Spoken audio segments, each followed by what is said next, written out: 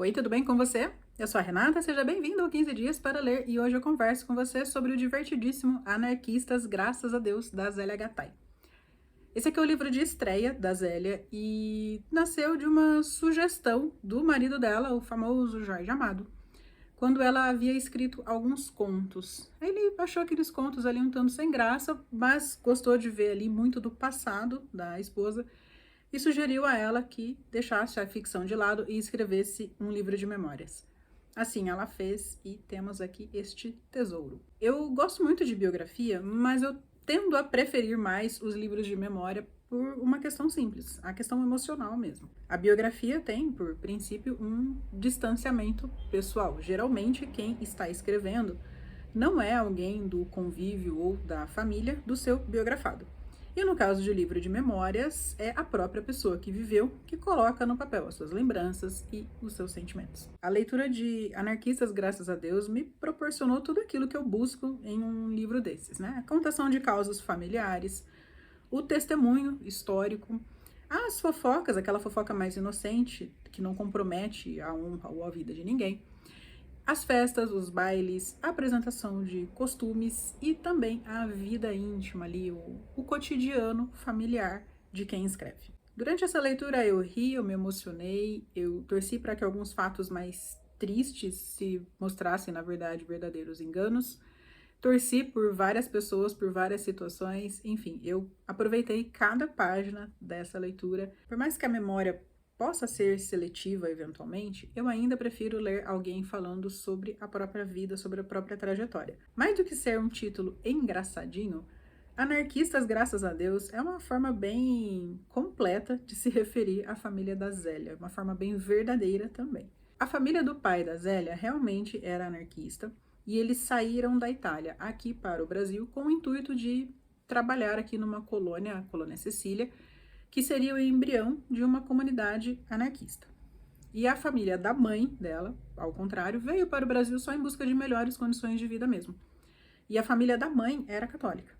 E é muito interessante ver como que católicos e anarquistas conviveram em tamanha harmonia e como eles se respeitavam dentro dessas suas diferenças. A dona Angelina, que é a mãe da Zélia Gattai, e de longe é o meu personagem preferido aqui dessas histórias, é uma senhora católica, sim, mas bastante liberal para os padrões da época. É uma mulher culta, inteligente, que gosta muito de ler, mas que também aproveita a cultura de massa. O marido fica revoltadíssimo, ele não entende como é que uma mulher que lê Émile Zola, Victor Hugo, Dante Alighieri também se diverte com romances de banca. Embora com objetivos tão diferentes para a vinda aqui para o Brasil, essas duas famílias se pareciam bastante. As duas tinham a esperança de uma vida melhor na Terra Nova aqui no Brasil. E além disso, eram duas famílias pobres que viveram os mesmos dramas durante a travessia do oceano e a chegada aqui no Brasil. E um dos melhores trechos, para mim, foi um dos mais emocionantes também, é justamente quando o pai da Zélia e o avô materno estão contando como foi a travessia das respectivas famílias para cá. O Ernesto Gattai, que é o pai dela, comenta que quando os pais vieram, uma das filhas sucumbiu, morreu de fome mesmo. Só que ele diz isso com todas as letras, que a irmã morreu de fome. E quando é o sogro dele contando, é diferente, porque o sogro dele foi quem veio no navio e viu uma das filhas morrer de fome. Só que ele não diz isso com todas as letras. O avô da Zélia diz que a menina morreu por falta de recursos. Deve ser muito difícil para um pai admitir que um filho morreu de fome. E um dos pontos altos para mim é justamente o respeito que o Ernesto Gattai tem nesse momento pelo sogro para não corrigi-lo nesse eufemismo e tentar equiparar as duas mortes. De forma alguma, ele respeita o sofrimento do sogro, se cala e deixa que cada um tire as suas próprias conclusões. E na verdade, quem encerra essa conversa é o próprio sogro, que conclui que as duas histórias são tão diferentes, mas tão parecidas. Existem outros trechos mais tocantes, assim, ao longo do livro, mas na maior parte dos casos nós vemos situações muito divertidas, muito inusitadas, porque afinal de contas, nós estamos falando da infância de uma menina bem arteira. E a Zélia Gattai era a caçula dos 5 filhos. Quando ela nasceu, a família dela já estava numa condição de vida bastante melhor. Tanto que ela foi a única criança que teve uma babá nessa família. E ela já cresceu com boa mesa, com fartura, com alguns confortos que os irmãos não tinham tido, e muito menos os pais dela. A Zélia Gattai nasceu em 1916, em São Paulo, e a maior parte dos casos que ela conta aqui aconteceu entre os seus 5 e os seus 12 anos. Então, veja bem, são coisas de 100 anos atrás. Quando a Zélia nasceu, os pais dela já estavam mais bem estabelecidos e alugavam uma casa na Alameda Santos, que é paralela com a Avenida Paulista. A Paulista já era um lugar elegante, de gente chique, de gente bem nascida, um lugar de milionários, dos figurões da cidade.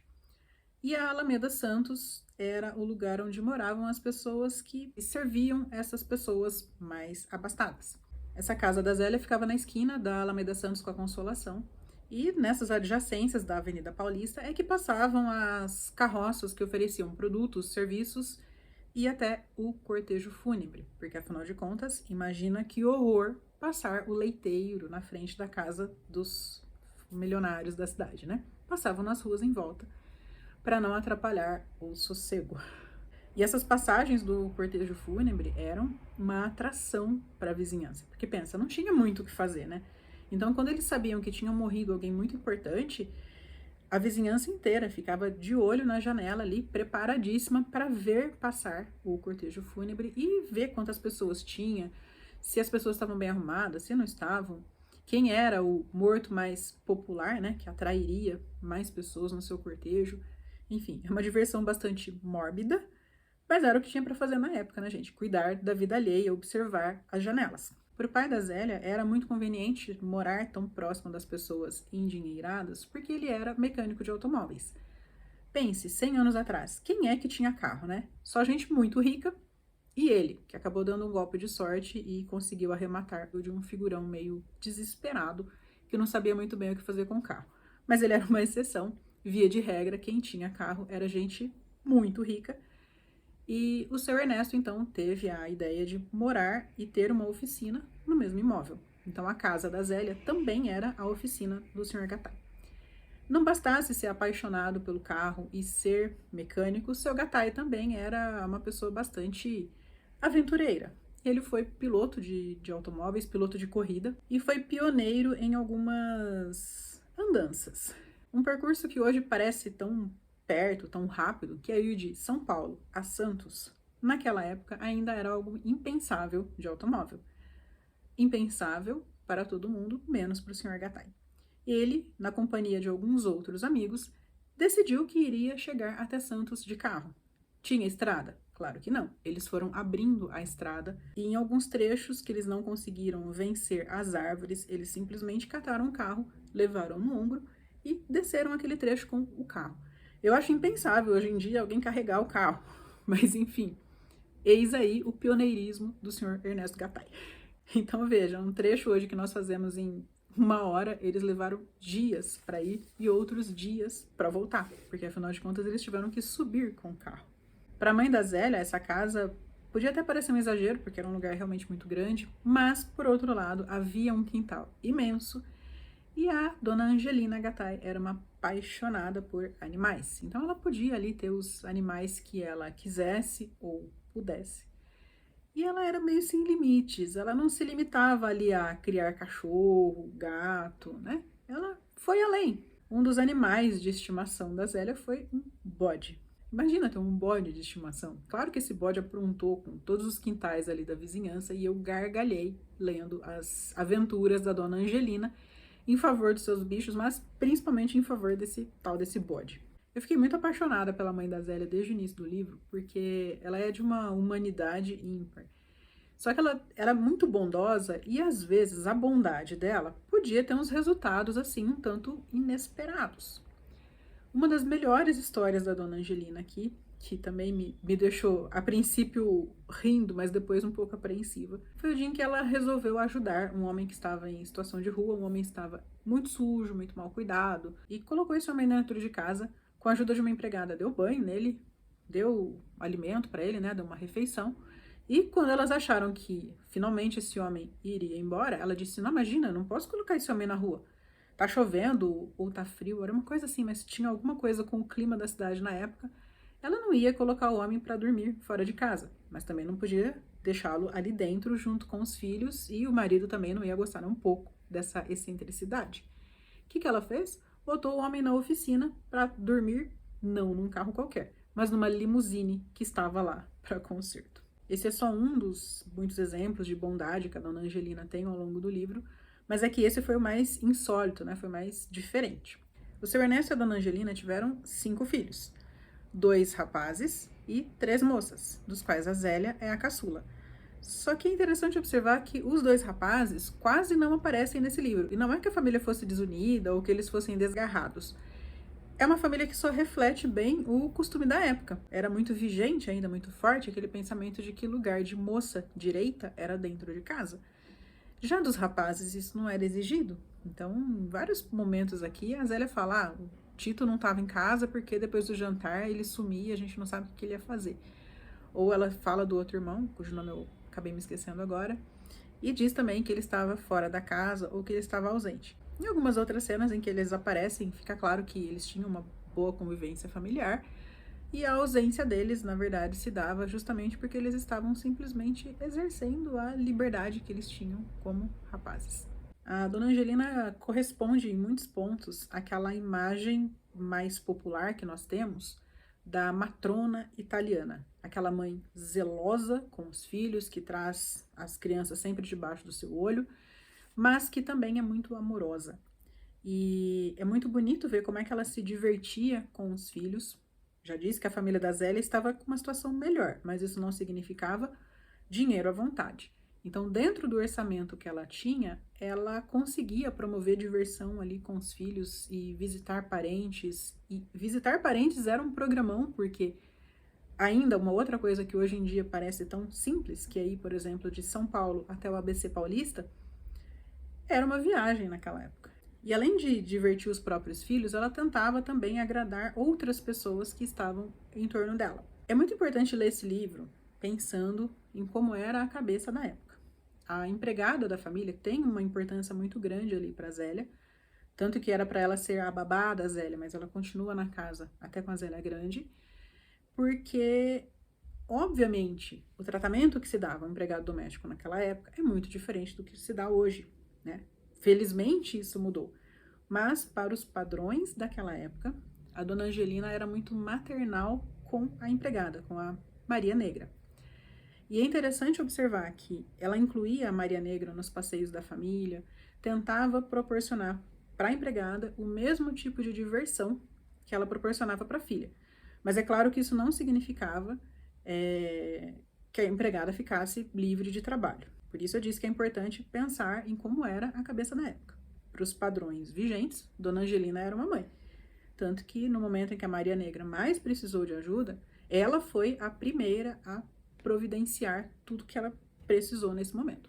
Esses passeios da Zélia fora de casa e essas viagens são muito interessantes porque ela fala com muito detalhe a respeito do trajeto que era feito, de como eram os lugares naquela época. Então, esse livro é um registro histórico muito importante, é um testemunho de uma São Paulo que não existe mais, de uma São Paulo que não se parece em nada com a cidade de hoje e que, no entanto, estava muito próxima de se tornar uma metrópole. Ela talvez seja da última ou da penúltima geração que viu o centro de São Paulo ainda tão pacato. O centro de São Paulo em que passavam carroças, charretes, em que dava para ter bode no quintal.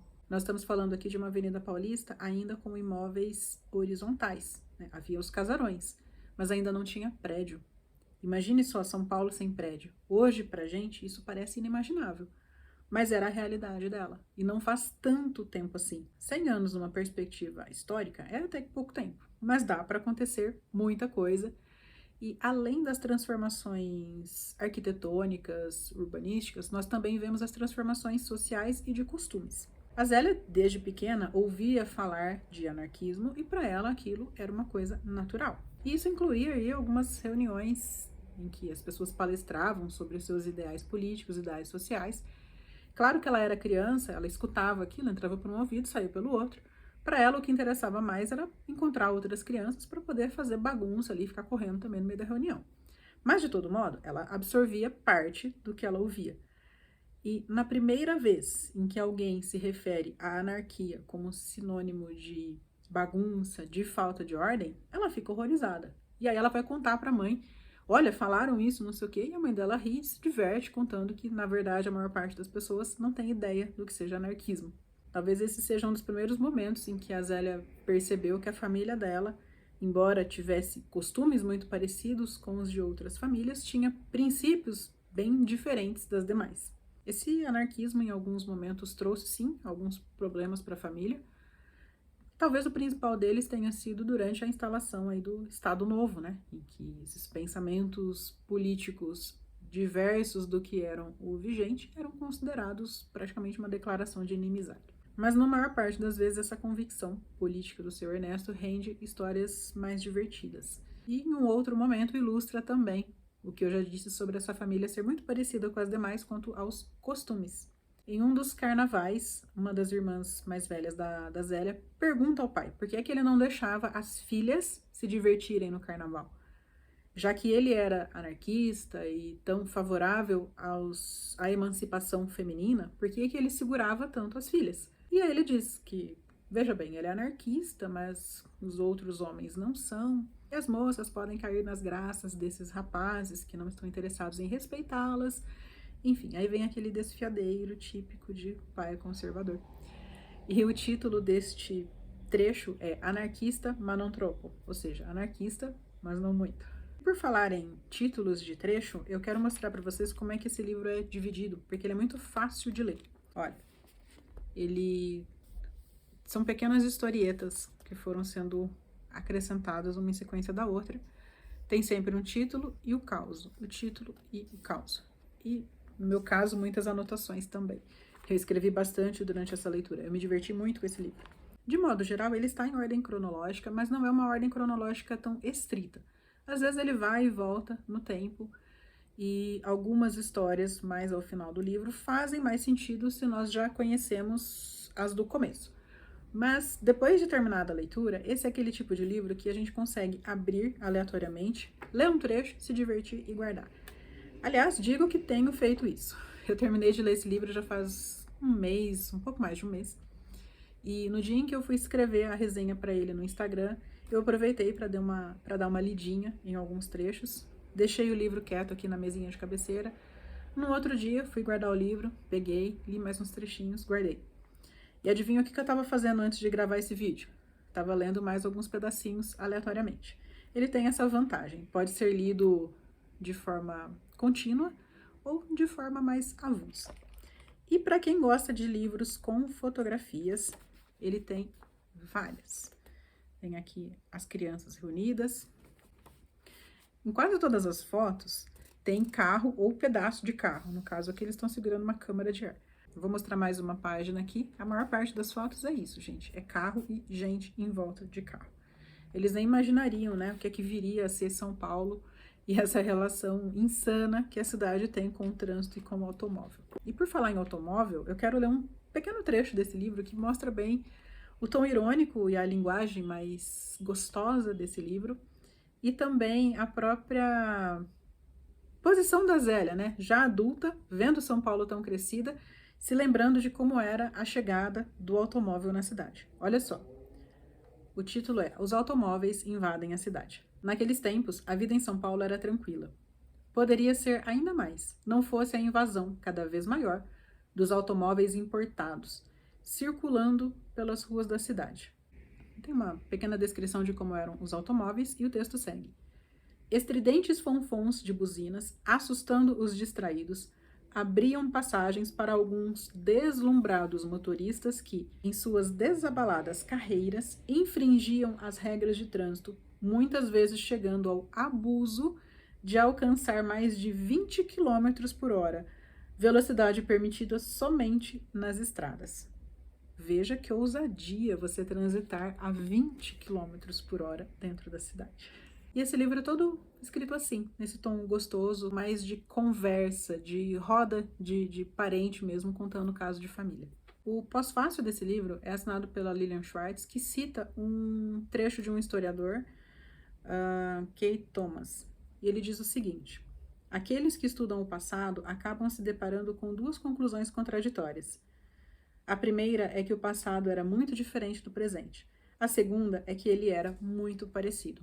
Eu achei que a Lilian Schwartz foi muito feliz na escolha desse pós-fácio, desse trecho no pós-fácio, porque, de fato, nós conseguimos olhar para esse livro e pensar, meu Deus, como muita coisa mudou, mas também como tantas coisas ainda permanecem iguais. E um dos exemplos é o gosto ainda mórbido por tragédia.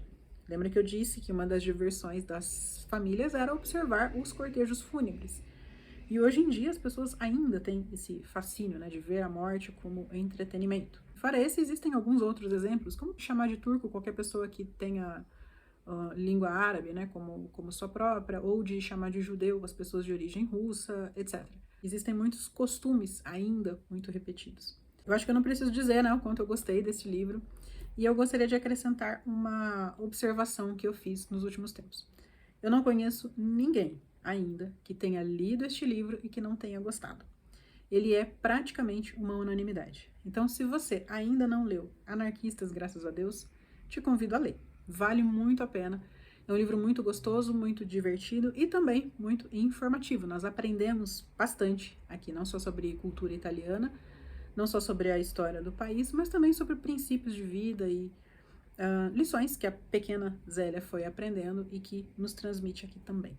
É um livro muito bonito, muito divertido, muito rico. Se você gostou desse vídeo, não esquece de curtir. Nós nos vemos nos próximos. Até mais!